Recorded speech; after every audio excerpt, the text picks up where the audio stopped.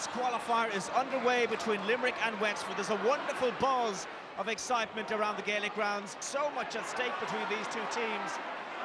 And now Limerick have it again. Trademark short pass, gives it to the number 8, and Donal O'Grady fires it over the bar. And it's the Limerick men, the Shannonsiders, who draw first blood in this hurling qualifier. What a score from Donal O'Grady. Picked up here by Harry Keogh. Gets it up the line. Can he keep it in? The answer is yes. Now, Garrett Sinnott has some work to do here. Support not arriving. Floats it in there and over the bar. And that really is a wonderful strike from the Wexford full forward. Colin Bonner, the pressure on his side. This is third year in charge. This side have yet to progress beyond the qualifiers. Possession vital. Limerick coming forward. This might be a goal chance. Looking good. Well, it's wide of the target. It was a wonderful opportunity for James Ryan. The space just opened up in front of him. And James Ryan very definitely had goal on his mind here. Racing on goal. Did he take too much out of it? Tried to skip around the man. And half blocked in the end. Couldn't get the shot in. And Wexford tried to counter now. Getting into room here is Jim Berry, looking for the shot, gives it back instead to PJ Nolan. PJ Nolan's ball into full forward. Might be a goal chance. No, says the referee. He's been held back, and that won't count for Wexford. Well, Michael Wadding, the referee, made an immediate decision here. Didn't wait around, and in fact, he has the notebook out. But this was the ball in. Wexford thought they were in for a goal here, but the Wexford man, he felt, was holding back the full back. Well, it looked 6-1, half a dozen of the other there. Big decision by the referee. Wonderful touch by Wayne McNamara. Coming forward. Seamus Hickey, the full back. He's got support from Paul Brown. Paul Brown surging forward for the Limerick men. Might be a scoring chance. Well, Wexford got back there in numbers, and Malachy Travers got in a vital touch. And it's the Wexford men who can come up the other end. This is a scoring opportunity for Owen Quigley. He has it. All square again, 4 times level at the Gaelic grounds. Owen Quigley firing this one over, but a classic counter-attack for the Leinstermen. And this is the full forward, Kevin Downs. Haven't seen too much of him. Was he fouled? The crowd appealed for the free, but Kevin Downs takes it on. Is he looking at the post here? Kevin Downs, has he got it? He has! Well, this Kevin Downs is just 19 years of age, and this is a wonderful piece of skill. Got around from his mark, but the support wasn't coming. Had it on the stick. Just look at this. What vision, what skill. That is tremendous.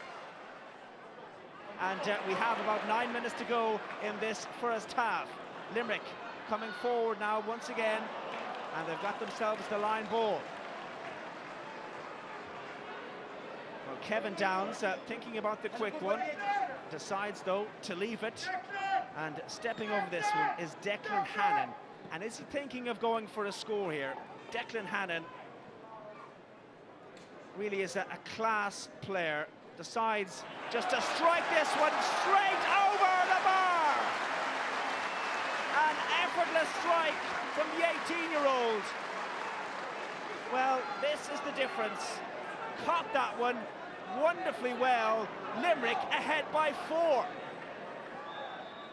Pounced on here by Darren Stamp, floats it into the danger area. Wexford trail by 4. They need something. They might get it here from Owen Quigley. It could be over. It is! Owen Quigley has thrown Wexford a lifeline. Trailing by 4, Wexford needed something to happen just before half-time. The ball broke here to Quigley. Great anticipation and great persistence. Wexford have a goal. This is David Maloney, the cornerback. Gets it in there to Niall Moore, and this one's going to drop in the danger area. Might be a goal chance! Oh, Kevin Downs, goal at his mercy, and he kicks it to the left and wide. Well, the man with the goal touch against Waterford in the Munster Championship did ever so well. Out-jumped his man. Oh, agonisingly wide.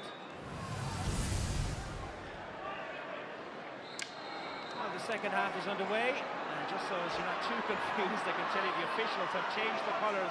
They're now in black as opposed to they're all blue in the first half. Wexford looking to gather this one with Darren Stamp, but he's coughed it up. This might be a goal chance. It is in the back of the net. It's Graham O'Cahey, and what a wonderful start for the Limerick men. Heartbreak against Waterford in the Munster Championship. They can't afford any slip-up tonight, and Limerick making sure of it with a wonderful start to this second half. Mistake by Darren Stamp, punished by Limerick. This a goal for the corner forward, Graham O'Cahey. Now PJ Nolan trying to work it into the corner for Wexford, looking for another score in this game.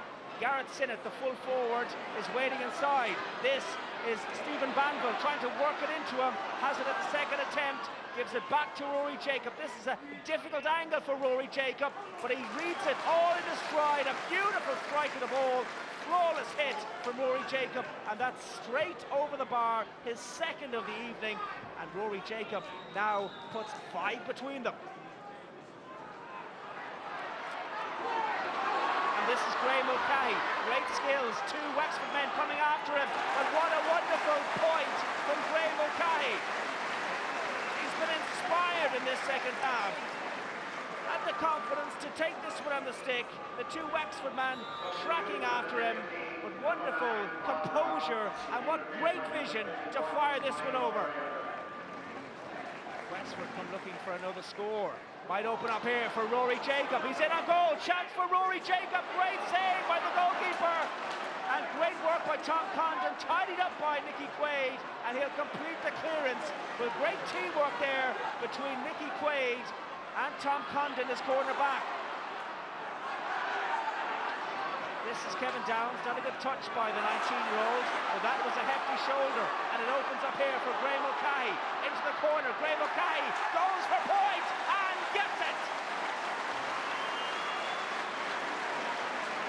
Well, Graham O'Cahey has been absolutely outstanding in this second half. 16 minutes gone, he scored 1-3, not a bad return, and this is a wonderful score.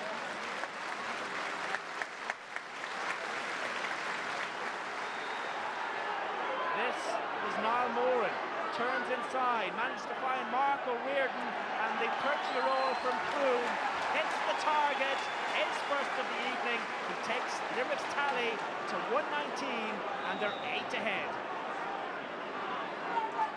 Now, there's been an off-the-ball collision here between the Limerick corner forward Graham O'Cahey, and that's Paul Roach.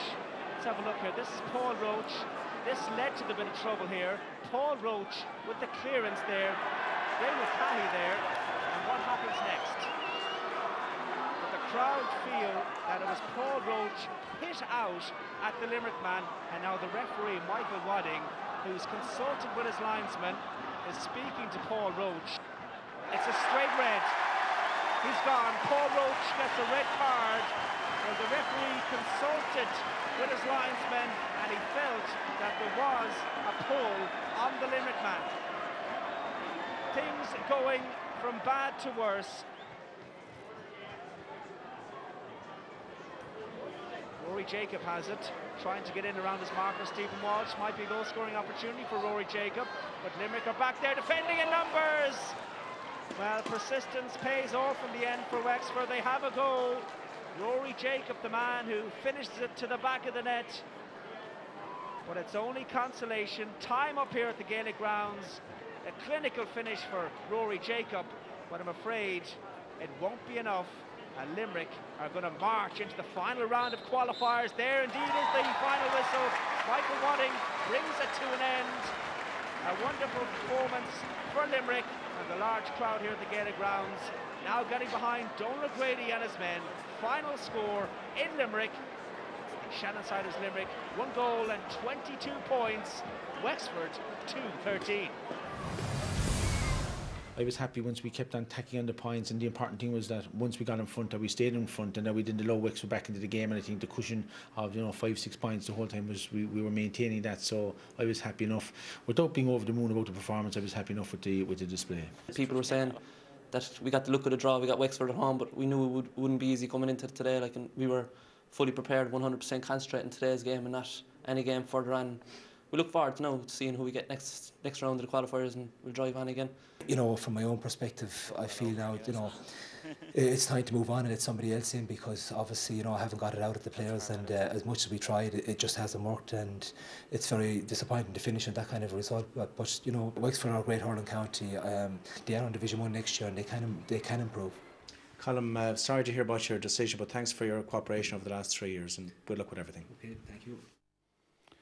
Okay, tough on Colm after his 3 years. Limerick were the better team those early. Yeah, well, there's always a loser, like, and that's part of sport, like, and you know, like, he's 3 years and he decided to go his own free will. But Limerick are playing with a bit of confidence, and you can see Donald O'Grady's coaching into their style. Like, they're playing a short game, kind of. Look, They wouldn't have a double header in Thurles, would they?